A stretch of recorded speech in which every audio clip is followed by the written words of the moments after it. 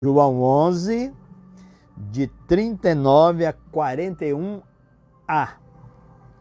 Depois você mantém a sua Bíblia aberta, porque nós iremos falar de alguns outros versículos e também de outros textos, para que você possa acompanhar, anotar aí e depois ver com mais calma os textos. João 11, começando o verso 39. Então ordenou Jesus: tirai a pedra. Disse-lhe Marta, irmã do morto: Senhor, já cheira mal, porque já é de 4 dias. Respondeu-lhe Jesus: não te disse eu que, se creres, verás a glória de Deus? Tiraram então a pedra. Que a palavra do Senhor possa ter liberdade para entrar na minha mente, na sua mente e descer para os nossos corações. Nós estamos garimpando. Nós estamos no texto, no contexto desse texto lido, que o contexto são os versos anteriores e um pouquinho dos versos posteriores. Nós estamos garimpando aqui no texto, vendo e descobrindo uma série de pedras que podem ou que nos impedem, ou têm nos impedido de ver e experimentar a manifestação da glória de Deus na nossa vida. E o desejo nessas reflexões, de olhar para a palavra, é de que nós possamos descobrir quais as pedras que têm nos impedido de ver a manifestação da glória de Deus na nossa vida, ou qual a pedra, né? Se você não tem nenhuma, glória a Deus, glorifica ao Senhor. Mas se você tem, é preciso descobrir qual é essa pedra e é preciso você tirar essa pedra. Jesus não vai tirar essa pedra. Ele dá a ordem, tirai a pedra. Então sou eu que tenho que tirar a pedra, é você que tem que tirar a pedra. A ordem é: tirai a pedra. Mas que pedra é esta? No texto, quando Jesus dá a ordem, tirai a pedra, nós podemos ver que ele dá a ordem para tirar a pedra que fechava a entrada do sepulcro onde jazia o corpo de Lázaro há 4 dias. Ele já havia morrido e naquele dia era o 4º dia que ele estava ali sepultado. Mas o que representava aquela pedra? Estou convicto de que, e eu queria que vocês pensassem assim comigo, que aquela pedra representava muitas outras pedras que nós podemos encontrar no texto, que elas estão no texto. E eu creio que o objetivo do Espírito Santo é que encontremos essas pedras. Ela representa, ela é a pedra ali final.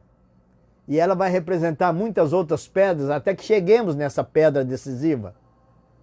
Ou a pedra que vai culminar com o acontecimento então da manifestação da glória de Deus. Então, para mim, essa pedra representa todas as pedras apontadas no contexto do texto que nós acabamos de ler aqui no início dessa reflexão. Vamos lembrar, eu não vou falar sobre as pedras, só lembrar, citar quais as 2 pedras que nós já falamos. Alguém aí pode fazer um exercício? A primeira pedra, eu não posso ouvir vocês, mas eu sei que vocês vão lembrar. A primeira pedra é a pedra da impaciência. Depois nós vimos no domingo passado que a segunda pedra é a pedra da racionalidade. E hoje eu quero falar sobre a terceira pedra e eu vou chamá-la de pedra da fragilidade.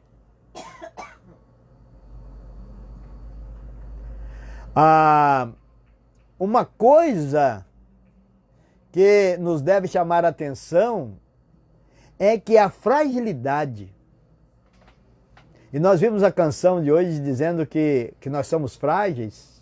Somos mesmo. Mas o que nos deve chamar a atenção é que a fragilidade, uma vez alimentada, vai nos fazer valorizar o que de ruim podemos estar vivendo. E às vezes a gente fica tão envolvido com a fragilidade que a gente não vê nenhuma possibilidade de ocorrer a manifestação do poder de Deus. Somos dominados completamente pela fragilidade. Ficar preso na fragilidade nos impede de experimentar o poder de Deus.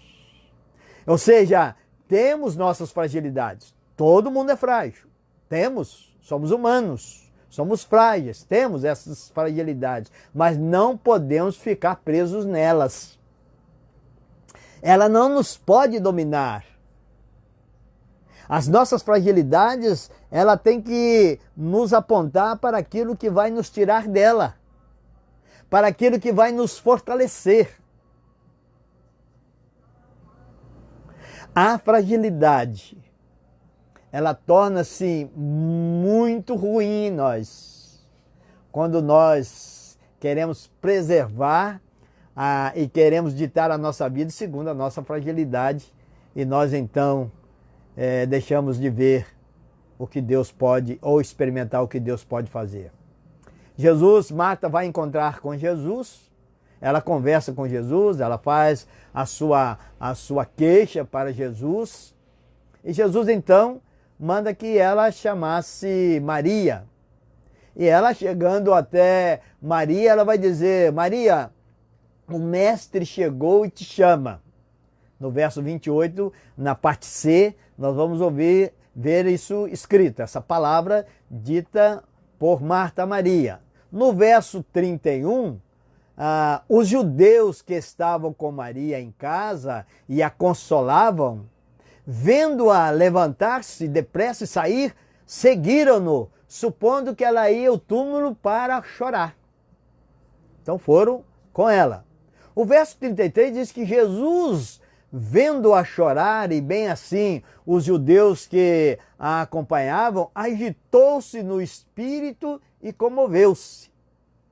Vão acompanhando aí. No verso 35, vem aí o versículo mais curto da Bíblia: Jesus chorou. E no verso 38, novamente diz: agitando-se novamente em si, encaminhou-se Jesus para o túmulo. Aqui, quero ver com vocês e compartilhar que aqui vejo dois tipos de choro. O choro de Maria, Marta e seus amigos, e o choro de Jesus. O choro de Jesus foi um choro mais do que o que muitos têm escrito para provar a sua humanidade. O choro de Jesus, no meu entendimento, foi mais do que isto. O choro de Jesus foi um choro de compaixão.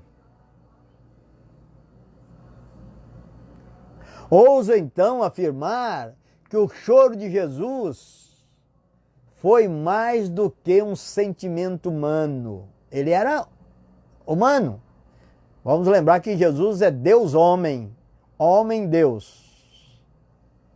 E ele chorou como humano, é verdade.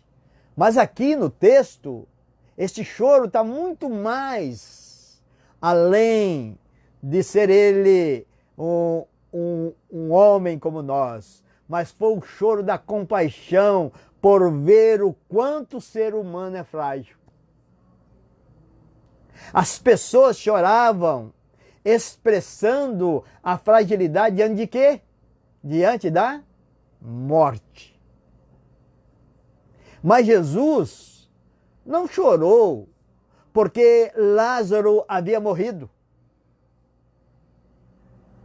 Lembram lá no começo do capítulo 11, quando ele fala com os discípulos: muito me alegro de não ter ido com esse chamado que veio me avisando de que o meu amigo Lázaro estava morto, para que vocês possam ver a manifestação da glória de Deus. E quando Jesus viu que Lázaro tinha morrido, 2 dias depois do dia que ele havia sido avisado, ele diz: agora vamos lá, agora vamos, porque Lázaro morreu e vocês vão ver a manifestação da glória de Deus. Então Jesus chora aqui porque ele chega no momento em que a fragilidade daquelas pessoas estava aflorada e ele chora por causa disso. As pessoas estavam chorando a sua fragilidade diante da morte, mas Jesus chora de compaixão. Ele não chorou porque Lázaro havia morrido, não porque Lázaro já estava sepultado há 4 dias, porque ele sabia que Lázaro iria sair daquele túmulo, porque ele estava ali exatamente para isso.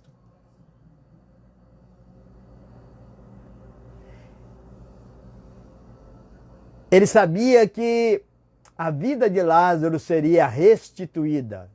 Então Jesus chorou porque aquelas pessoas estavam chorando por Lázaro e não percebiam que eles carregavam dentro de si também a própria morte.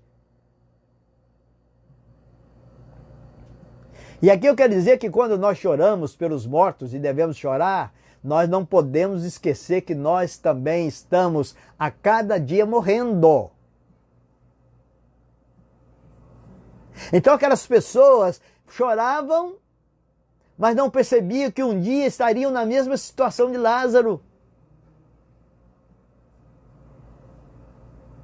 Em que um dia eles iriam enfrentar aquela mesma morte física. A morte espiritual e a morte física, ela está conosco desde o dia que nós nascemos. Nós já nascemos mortos espiritualmente e nascemos já morrendo. Essa é a verdade. Querem ver uma coisa que nós vamos aprender com uma experiência de Paulo que vai nos fazer entender que não podemos viver presos em nossas fragilidades, mas devemos permitir que elas sejam substituídas pela manifestação da glória de Deus. Eu quero que você abra comigo a Bíblia lá na 2ª carta do apóstolo Paulo aos Coríntios, no capítulo 12. No capítulo 12, a partir do verso 7. Vou contar até 3, aí você já encontrou. 1, 2, 3. Ok? Então, capítulo 12 da 2ª carta do apóstolo Paulo aos Coríntios, a partir do verso 7. E para que não me ensoberbecesse com a grandeza das revelações, foi-me posto um espinho na carne, mensageiro de Satanás, para me esbofetear, a fim de que não me exalte. Por causa disso, 3 vezes pedi ao Senhor que o afastasse de mim. Então Deus disse para ele, então ele me disse: a minha graça te basta, porque o poder se aperfeiçoa na fraqueza. De boa vontade, pois, mais me gloriarei nas fraquezas, para que sobre mim repouse o poder de Cristo. Pelo que sinto prazer nas fraquezas, nas injúrias, nas necessidades, nas perseguições, nas angústias, por amor de Cristo.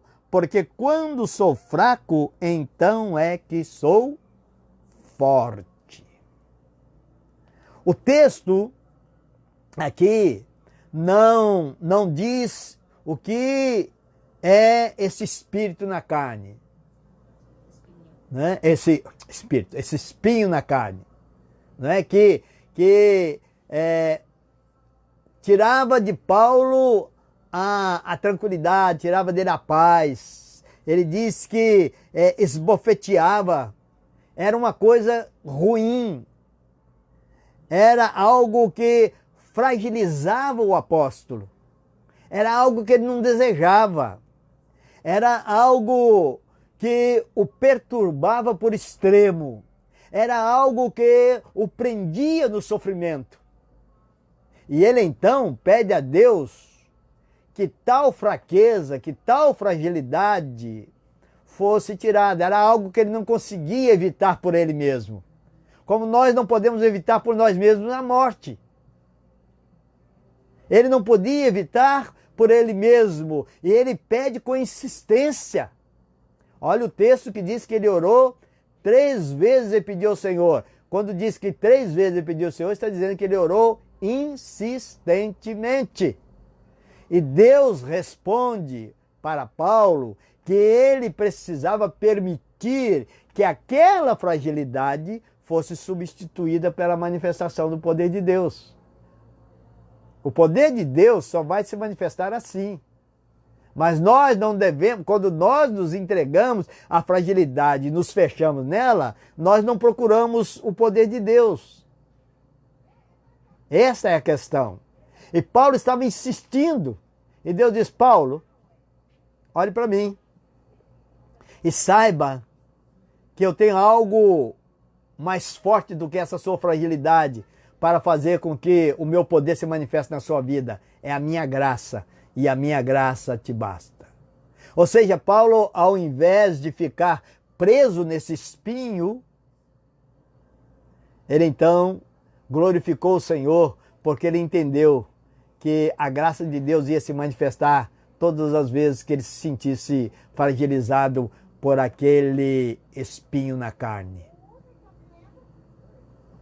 Cabe a você, como o apóstolo Paulo, cabe a mim, vencer e tirar da nossa vida, tirar da sua vida, aquilo que nos enfraquece e nos impede de ver a manifestação da glória de Deus.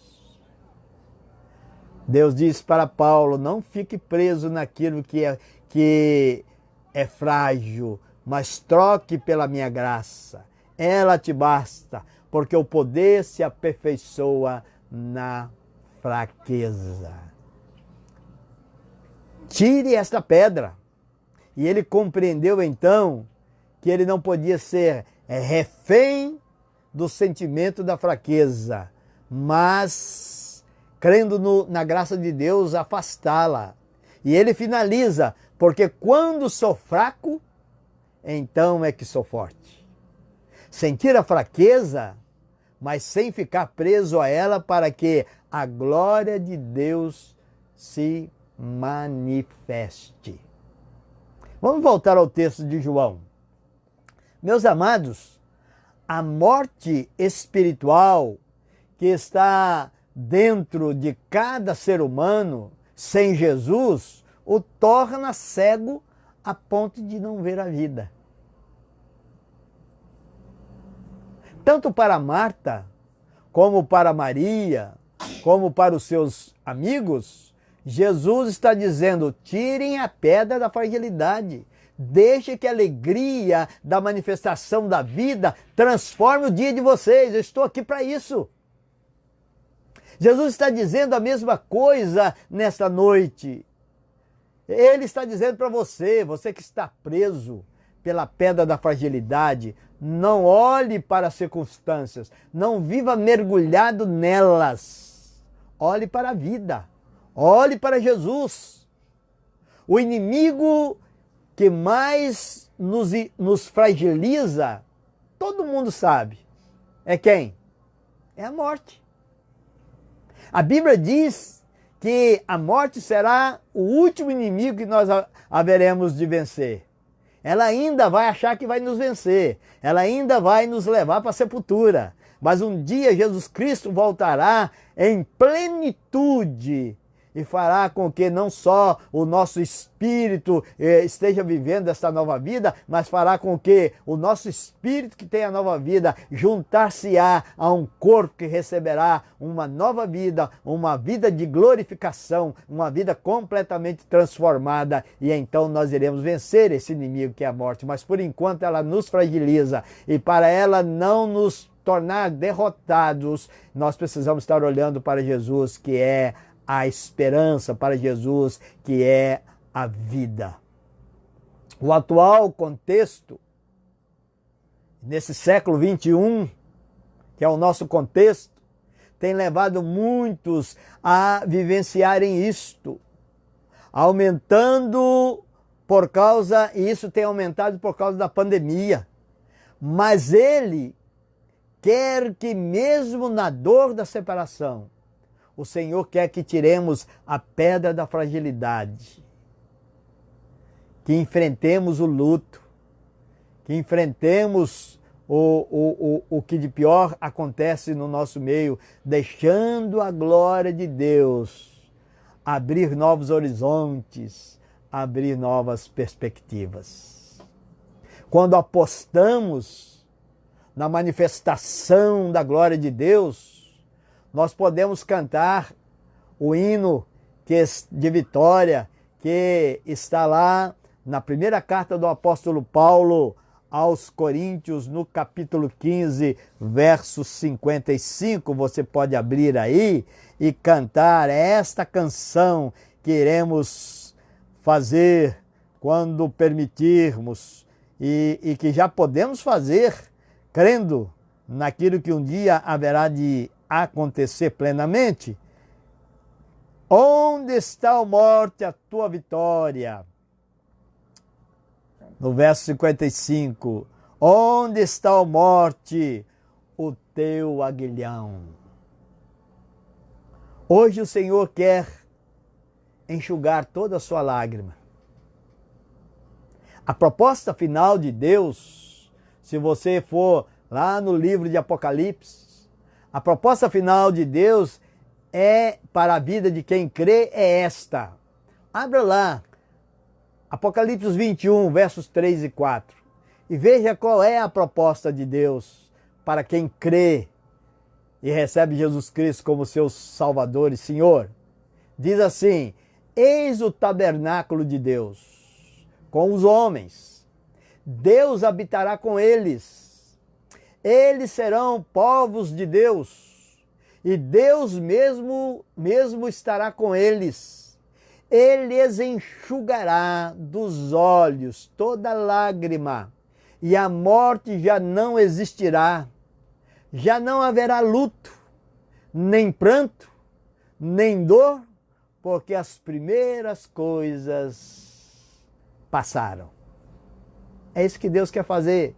E Ele já está fazendo. Se você permitir, Ele já pode começar a enxugar suas lágrimas a partir de hoje.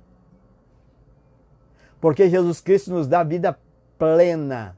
Jesus nos dá vida em abundância. E quando nós recebemos Jesus, esta vida dele já está em nós. Nós já começamos a viver isso que um dia nós iremos viver plenamente. Tudo já começa quando cremos em Jesus e confessamos como Senhor e Salvador das nossas vidas. Olha o que diz a palavra de Deus em 2 Coríntios 5,17. Preste atenção. Diz assim: e assim, se alguém está em Cristo. Então, se alguém está no presente, se alguém está em Cristo, é agora. Se alguém está em Cristo, é nova criatura, presente, é. Não está dizendo será nova criatura. Diz é nova criatura. As coisas antigas já passaram. Aí sim, aquilo que nos traz fragilidade passaram. E eis que se fizeram novas. Esta é a proposta para que nós possamos ter e começar a ter esta plenitude da vida enquanto nós ainda caminhamos aqui. Ainda que muitas vezes sendo vencidos pela fragilidade, precisamos que o Espírito Santo nos acorde, que o Espírito Santo nos reanime, que o Espírito Santo nos faça permitir que Ele cuide da nossa fragilidade, a fim de que nós possamos ver a manifestação da glória de Deus, e Ele então vai nos ensinar a tirar esta pedra da fragilidade, para que a plenitude da vida vá acontecendo em nós, mesmo andando aqui neste mundo. E eu quero encerrar perguntando a você: qual é a sua fragilidade? E você precisa tirar essa pedra hoje. Porque ela pode impedir que você veja a manifestação e que experimente a manifestação da glória de Deus na sua vida. Quem está preso na fragilidade, vive segundo a sua fragilidade, vive debaixo daquilo que a fragilidade faz acontecer na nossa vida. Vive uma vida negativa, vive uma vida sem esperança, vive uma vida sem alegria. E Jesus quer que você tire hoje essa pedra da fragilidade, dizer: Senhor, eu tiro essa pedra para que em mim haja a manifestação do teu poder. Qual é a fragilidade que em você tem impedido de ver e experimentar a glória de Deus na sua vida? É hora de você orar nesse momento e pedir: Senhor, eu tenho vivido preso e tenho vivido com medo por causa da minha fragilidade ou das minhas fragilidades. Eu hoje tiro essa pedra ou essas pedras frágeis, crendo que o Senhor pode tomar a minha vida e manifestar o teu poder em mim. Ore assim, peça para que o Espírito Santo de Deus lhe dê esta compreensão e abra o seu coração para aquele que tem vida plena possa fazer parte da sua vida a partir de agora, a partir de hoje. Não durma com essa pedra. Você pode tirá-la. Em nome de Jesus. Amém. Que Deus te abençoe, que Deus te guarde, que Deus lhe dê uma noite sem essa pedra. Boa noite e a graça e a paz do Senhor Jesus Cristo esteja na vida de todos vocês. E terça-feira, se Deus permitir, estaremos de volta às 19h30.